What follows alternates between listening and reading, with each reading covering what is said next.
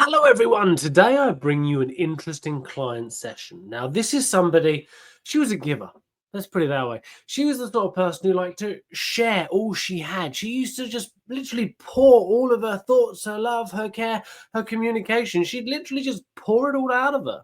And she came to me because she had a problem with oversharing.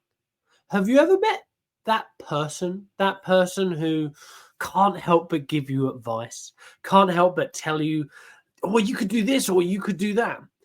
This woman had come to a point where she was doing it so much it was impacting her relationships and she wanted to stop.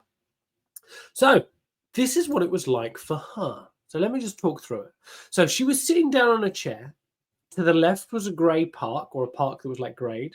To her right was tea coffee, and it was a lot lighter than what was on the left. Behind her was a group of people, and in front of her was the person receiving the lovely advice she had to give. And for her, it was like she had a hose, like a hose gushing out of her chest. Okay. So looking at this scenario, it was quite clear that what was left for her was quite natural, but it wasn't really as bright as it used to be. Essentially, what was left for her was just a little bit dull. Now, the right thing could be said, maybe grab a cup of tea, grab a cup of coffee. But what could be said is what's right for her to do was actually quite refreshing. Now, there were people in the background who could see her. They could see the position she's in. But it was quite interesting to see that the advice that she was looking to give, what she was pouring out, how she was giving that to people was actually creating distance. How many times in life do we as people actually share too much, put too much out there, and sometimes people can't receive what we have to give? And it strangely puts us away. The act of giving, the act of really giving ourselves, pouring our heart into a relationship, actually puts more distance between them and us. This is what she was experiencing. Now, don't get me wrong, the person who was in front of her, they could see eye to eye, they could see her, but in a way, she was sitting down. So while she was letting this all out, while she was pouring this out, he was looking down at her. Now, she also wasn't taking a stand for things. And I said to her, look, I mean, you're clearly a woman who likes to give. You're clearly a woman who likes to share. I don't know if you want to get it all off your chest or get it all out there, but realistically, the flow and the speed of which you're trying to project what's coming from you, people can't take. It makes me think of, riot police, when they've got the big fire and they're using water cannons to push people away. This is what her advice and expression was doing. And I said to her, well, I mean, you've clearly done this for a fair while. And it almost feels like part of you, this is just who you are, and it's really coming from you. But people don't have the vessel or the capacity to receive this.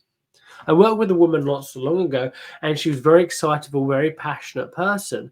But she always expressed to me that the intensity in which she showed up with people couldn't handle. When we have relationships are about giving and receiving.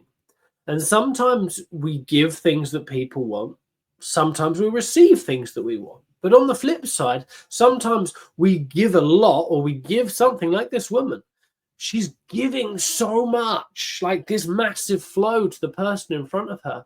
But at the same time, one, does the person want it? Two, does the person have the ability to receive it? But also think about the impact by her sharing so much from herself. She's producing this. She might feel drained afterwards. And also she's probably going to feel quite upset because the person hasn't received or taken on what she's given anyway. But similarly, in life, how often have we done things where we give something to someone and they don't actually want it? What's that like for you? Now, for this woman, as I say, it was like this cannon coming out. And I'm like, well, as much as you're pouring yourself out and it's pushing people away, you're also taking it sitting down. You're not really taking a stand for this. Now, I'm not the sort of person to tell you what to take a stand for, but there must be something that, you're here now, you're talking to me, you're in a situation where you want to work through this challenge. So what is it that you are taking a stand for? What would you be willing to take a stand for to change this thing?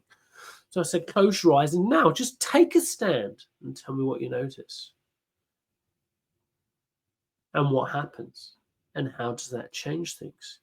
And for her, she's like, well, it doesn't flow out anymore. I can get closer to that person. Sometimes it's the positions that we maintain in life that keep the relationships and the interactions that we have the same.